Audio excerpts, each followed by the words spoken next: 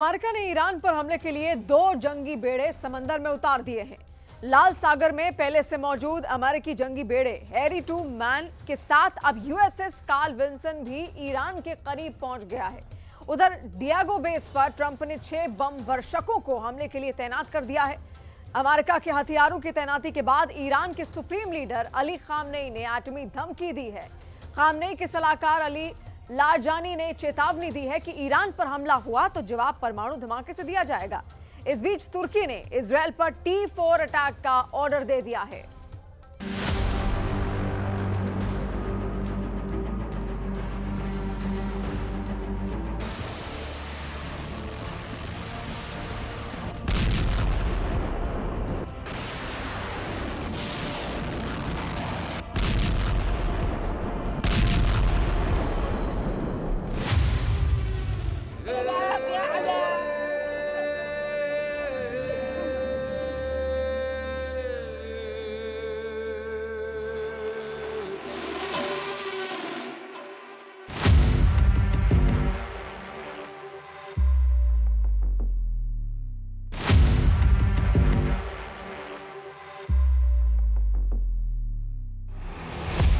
Trump ने भेजा दूसरा जंगी बेड़ा, गुआम से ईरान पर हमला।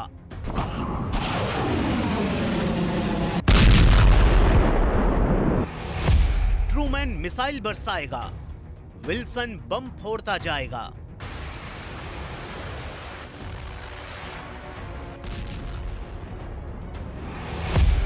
ट्रंप के बेबी का एटमी मिशन, तुर्की के T4 बेस पर धमाका।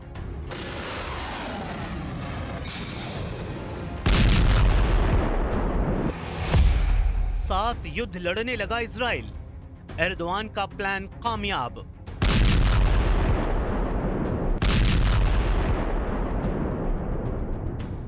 इस आग ने ट्रंप को बहुत ज्यादा भड़का दिया है। हमला हूथी लड़ाकों ने किया है। हमले में अमेरिका के फाइटर ड्रोन को जला दिया गया है। अमेरिकी ड्रोन को ढेर करने के बाद हूथी लड़ाकों ने ऑपरेशन की फिल्म बनाकर ट्रंप को भेज दी। MQ-9 रीपर ड्रोन की तबाही की बारूदी पिक्चर ने व्हाइट हाउस के वॉर प्लान को बदल डाला है। अमेरिका ने ईरान के खिलाफ अब पूरी ताकत से हमले का मिशन ऑन कर दिया है। सुपर पावर ने युद्ध में दूसरा जंगी बेड़ा भेज दिया है।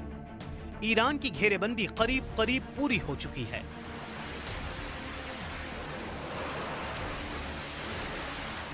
पंद्रह मार्च से शुरू हुई लड़ाई का सबसे विस्फोटक एपिसोड हूथी के हमले से शुरू हो गया है। अमेरिका ने aircraft carrier USS Carl Wilson को ईरान के खिलाफ जंग में उतार दिया है।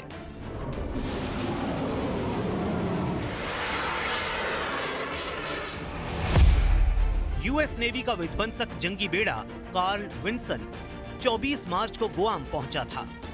गुआम से कार्ल विल्सन को लाल सागर में भेजा गया है, जहां कार्ल विल्सन और हैरी एस ट्रूमैन साथ में ऑपरेशन शुरू करेंगे। हैरी एस ट्रूमैन 15 मार्च से हूथी लड़ाकों पर हवाई हमले कर रहा है। ट्रंप ने हूथी फोर्स पर डबल प्रहार का बंदोबस्त कर दिया है। कार्ल विल्सन को ईरान के करीब भेजकर ट्रंप ने अपने मंसूबे साफ कर दिए हैं। ट्रंप फुल फोर्स में हमले का मूड बना चुके हैं, यानी दुश्मन पर कोई रहम नहीं होगा। These strikes under the Trump administration are creeping closer and closer into crowded civilian neighborhoods in the capital Sana'a and in other cities. That raises the chance of civilians being hurt or killed in these strikes. The tempo of the strikes also is different. We're seeing the most strikes conducted in a single week by the United States just in this new campaign. It's staggering compared to what we saw in the Biden administration, even at the start when they began these strikes back in the early part of 2024. Super power के सबसे खतरनाक जंगी बेड़े की war zone में entry की जरूरत क्यों पड़ी है? क्या अमेरिका परमाणु हमले की हद तक जाने वाला है? क्या ट्रंप खामेनेई की धमकी को बहुत सीरियसली ले बैठे हैं? कार्ल विल्सन को ही ईरान को जला डालने के लिए क्यों चुना गया है? आगे जानेंगे। पहले वो बारूदी तांडव देखिए जिसने गाजा पट्टी को राख में बदल डाला है। प्रेसिडेंट ट्रंप ने जैसे ही ईरान फ्रंट पर प्रेशर बढ़ाया, इजराइल ने लड़ाका फोर्स की बर्बादी का एक्सेलेरेटर दबा दिया है। इजराइल ने गाजा और लेबनान में भीषण हमले शुरू कर दिए हैं।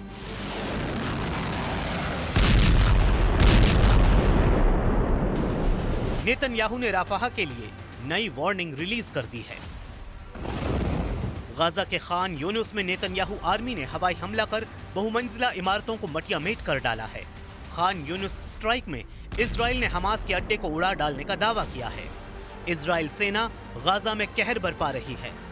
गाजा पूरी तरह से खंडहर में तब्दील हो चुका है। इन खंडहरों के नीचे सुरंग में छिपे हमास फाइटर्स पर बंकर्स बस्टर बम गिराए जा रहे हैं।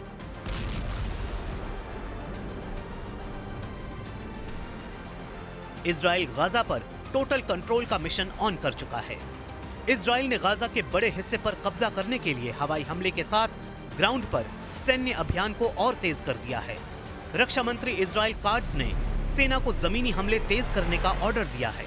नेतन्याहू पहले ही साफ कर चुके हैं कि हमास को कुचल डालने का वक्त आ गया है।